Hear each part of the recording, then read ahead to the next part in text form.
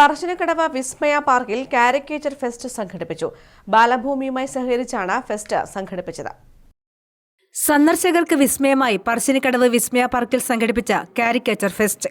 പാർക്കിലെത്തിയ 60ഓളം പേരുടെ ചിത്രങ്ങൾ ലൈവായി വരച്ചുകൊടുത്തു. ആർട്ടിസ്റ്റ് ടി സി ഗിരീഷ് കുമാറാണ് ചിത്രങ്ങൾ വരച്ചത്. കുട്ടികളെ കൂടുതൽ ആകർഷിക്കുക എന്നതാണ് കാരിക്കേച്ചർ ഫെസ്റ്റിലൂടെ ലക്ഷ്യമിടുന്നത്.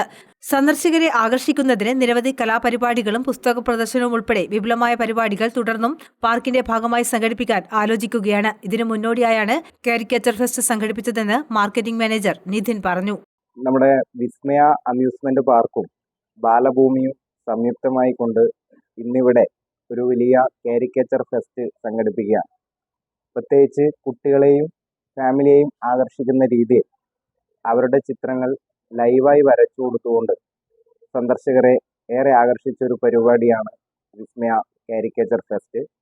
ഏകദേശം 60ഓളം ആളുകളെ ലൈവായി വരച്ചു കൊടുക്കാൻ വേണ്ടി ഈ പരിപാടിയിലൂടെ ഞങ്ങൾക്ക് സാധിച്ചു.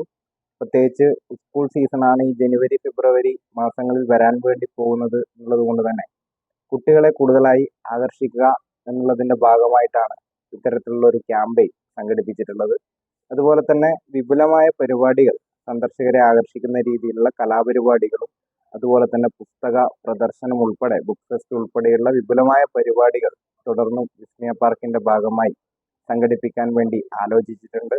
Park managing director E Vaisakh, മാനേജർമാരായ K M Baburaj, S Abhijith, C B Shiny എന്നിവർ പങ്കെടുത്തു. News bureau, Taliparamba.